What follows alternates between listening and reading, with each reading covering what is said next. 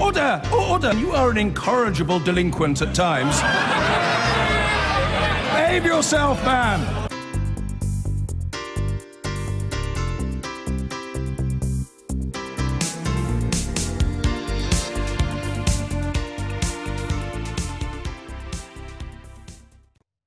A police disciplinary hearing has heard how 3 officers failed in their duty of care to a man who lay dying in the caged rear of a police van.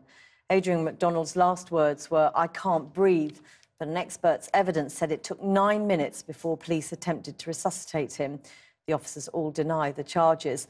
It's the latest case this week to highlight concerns over deaths in police custody. Our senior Home Affairs correspondent Simon Israel reports. Adrian McDonald's mother and brother have waited nearly 3 years to find out why. A 34-year-old son went to a party 3 days before Christmas in 2014, took cocaine and ended up dead of a heart attack in the caged rear of a police van.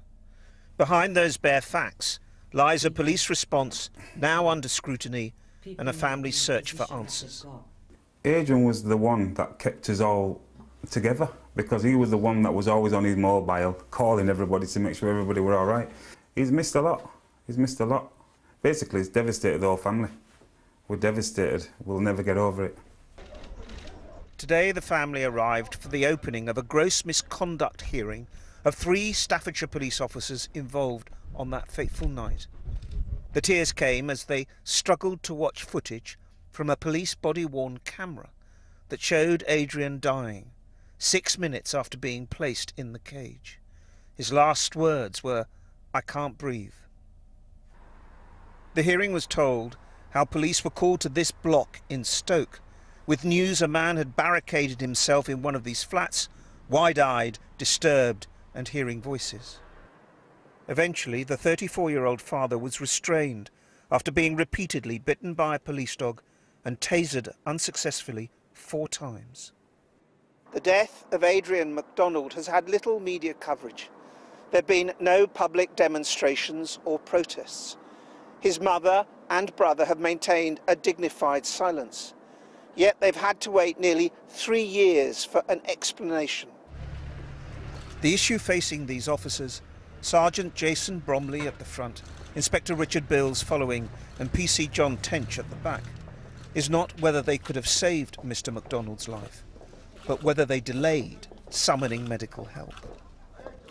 PC Tench told the hearing, Mr. McDonald's last gasp, "I can't breathe," he suspected may have been a ruse to get him to open the doors so he could escape.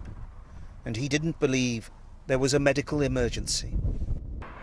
Evidence from an A&E consultant found there was a 9-minute delay from when the 34-year-old slumped unconscious in the back of the van and resuscitation began. A delay he described as inappropriate. The constable said he was sorry, but that he had done his best. But you can just see how proud he is of his kids there. It's not the case the alleged police failures would have saved Mr. McDonald's life, but his family's interests lie in the accusation made at the hearing that all 3 officers failed in their duty of care, that they should have acted quicker when realising he was a particularly vulnerable detainee, and that above all the priority should have been to get him medically assessed.